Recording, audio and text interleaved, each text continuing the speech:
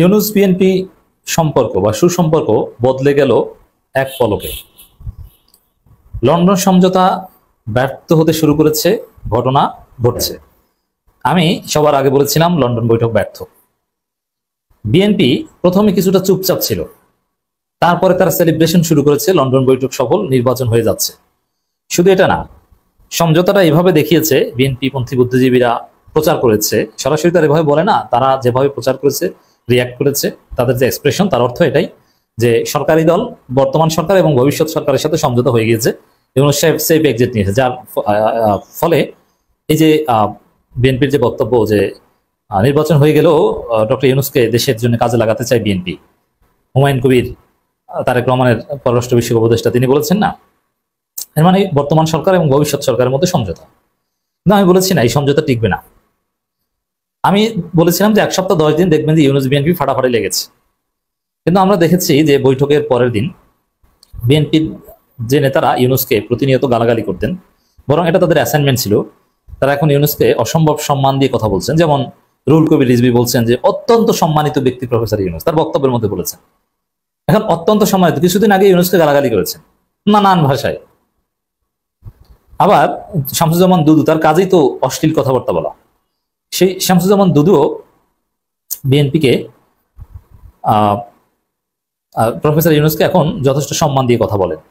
এই বৈঠক নাকি ইতিহাসের পাতায় স্বর্ণাক্ষরে লেখা থাকবে, নানান কথাবার্তা বলেছেন। আমি এগুলো ব্যাখ্যাও বলেছিলাম যে এটাও ফর দি টাইম বিং, যে কোনো সময় সম্পর্ক টান নিবে, আবার ইউনূসকে গালাগালি করবে, এটা অনিবার্য।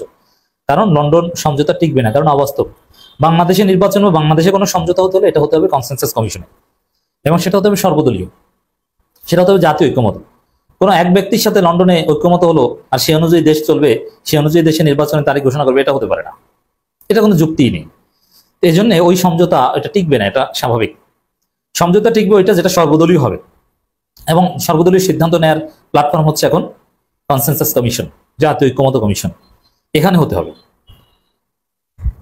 এবং ঐক্যমত কমিশনের চেয়ারম্যান যেহেতু প্রফেসর ইউনূস নিজেই, সহসভাপতি আলী রিয়াজ, এখানে একটা সর্বদলীয় সিদ্ধান্তের পর ইউনূস, আলী রিয়াজ, বাংলাদেশে বিএনপির পক্ষ থেকে যিনি থাকবেন ডাক্তার শফিকুর রহমান, পীর সাহেব চরমোনাই, নাহিদ, আরো মুজিবুর রহমান মঞ্জু, আরো যারা আছে সবাই মিলে একসাথে ছবি তুলবে, তারপরে বলবে নির্বাচন অমুক সময় জাতীয় ঐক্যমত হয়ে গিয়েছে। ওই সমঝোতা কার্যকর থাকবে, সাস্টেইনেবল হবে।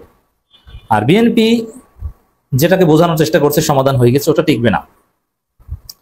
তো বিএনপি যেটা প্রচার করার চেষ্টা করেছিল ইশারা ইঙ্গিতে, যে বর্তমান সরকার আর ভবিষ্যৎ সরকারের মধ্যে সমঝোতা হয়ে গিয়েছে, সেটা যে আসলে হয়নি।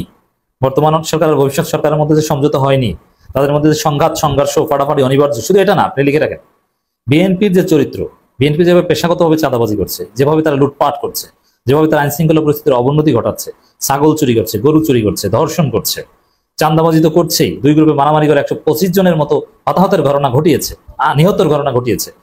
এই বিএনপিকে সোজা করতে, সুষ্ঠু নির্বাচন করতে হলে বিএনপিকে সোজা করতেই হবে, কারণ এই সন্ত্রাসীদেরকে নিয়ে কোনো সুষ্ঠু নির্বাচন হতে পারে না। আর বিএনপিকে সোজা করতে হলে অপারেশন ক্লিন হার্ট টাইপের কিছু একটা দরকার হবে। তো দর্শক, এই ইউনূসের সাথে সমঝোতা তো হয়নি, বরং বিএনপি সন্ত্রাসের বিরুদ্ধে অভিযানেরও দরকার হবে। অলরেডি চাঁদাবাজদের ধরে ধরে ধরছে, ছোটখাটো অভিযান কিন্তু চালাচ্ছে সেনাবাহিনী বা যৌথ বাহিনী, এত সহজ না। দর্শক, এখানে এই সমঝোতা যে ব্যর্থ হতে শুরু করেছে, এটা যে টিকছে না, তার একটা দৃশ্যপট আজকে আমাদের সামনে বাজারে হাজির হলো। স্থানীয় সরকার উপদেষ্টা সংবিধান লঙ্ঘন করেছে, এটা বলছেন বিএনপি নেতা ইশরাক। তিনি তার লোকজন নিয়ে আবার রাজপথে নেমেছেন ইশরাক, এবং তিনি বলছেন যে সরকারি কোনো কর্মকর্তা কাউকে নগর ভবনে প্রবেশ করতে দেওয়া হবে না, নগর ভবন চলবে ইশরাকের কথায়, বিএনপির কথায়, এবং ওখানে জন্ম সনদ বা কিছু মৌলিক সেবা এগুলো চলবে, আন্দোলন চলবে। এটাই হচ্ছে যে সমঝোতা ব্যর্থ হচ্ছে তার আলামত, তার আলামত না, তার ঘটনা। কারণ লন্ডন সমঝোতা যদি আসলেই কার্যকর থাকতো, কেন ব্যর্থ হচ্ছে সেদিকেও আসি। লন্ডন সমঝোতা যদি আসলেই কার্যকর থাকতো, তাহলে ইশরাক এভাবে সরকারি কর্মকর্তাদের, ইউনূসের কর্মকর্তাদের নগর ভবনে ঢুকতে দিবে না, আবার নগর ভবনে যে আন্দোলন করে একটা ফিতনা ফাসাদ সৃষ্টি করা, এই কাজ ইশরাক সাহেব করতেন না। সমঝোতা সঠিক লাইনে নেই বলেই এটা করছে। এখন সমঝোতা কেন ব্যর্থ হচ্ছে, এর কারণ হচ্ছে যে অলরেডি আপনি দেখেছেন দর্শক, এনসিপি আপত্তি করেছে এই বৈঠক নিয়ে, ইসলামী আন্দোলন বাংলাদেশ যৌথ বিবৃতি নিয়ে আপত্তি করেছে, জামাত ইসলামী নির্বাহী পরিষদ বৈঠক করে আনুষ্ঠানিকভাবে প্রেস রিলিজ দিয়ে যৌথ বিবৃতি নিয়ে আপত্তি করেছে, এবং এর জবাবও দিয়েছে বিএনপি, বলছে যে মনে জ্বালা একটি দলের। তো এখন সব দলেরই তো আপত্তি, এবং এটা তো সহজ হিসাব যে দুইজন ব্যক্তির মিটিং হয়েছে লন্ডনে, আর সেখান থেকে বাংলাদেশের নির্বাচনের সময়সীমা ঘোষণা। না, এটা তো অসম্ভব।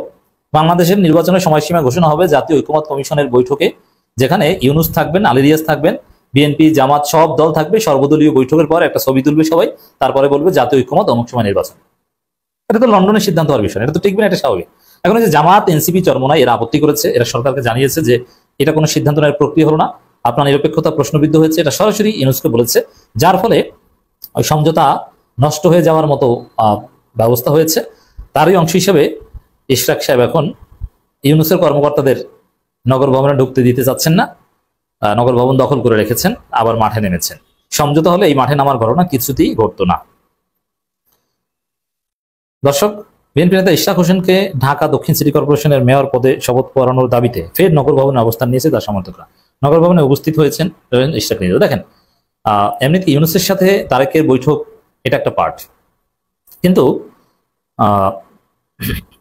খলিলুর রহমান এবং আমির খসরুর সাথে যে বৈঠক হয়েছে ওখানে বিএনপি কি ছাড় দিবে বা নানান বোন অফ কন্টেনশনে একটা সমাধান হয়েছে। তার মধ্যে ইশরাক ইস্যুটা বিএনপির এখন একবার টপ ইস্যুর মধ্যে একটা, এটা নিয়ে আলোচনা হয়েছে, কিন্তু সমঝোতা হয়নি বা সমঝোতা টিকছে না। যার ফলে এখন ইশরাক তারেক রহমানের নির্দেশেই মাঠে নেমেছেন। সে নগর ভবনে দখল নিয়েছেন, নগর ভবনে উপস্থিত রয়েছেন ইশরাক নিজেও। 15 জন টানা 10 দিন ঈদের ছুটির পর সরকারি অফিসের কার্যক্রম শুরু হয়। এদিন সকাল থেকে ইশরাকের অনুসারী নগর ভবনে একত্রিত হয়ে অবস্থান কর্মসূচি পালন করেছেন। পরে বেলা 11টার দিকে সেখানে প্রবেশ করেন ইশরাক।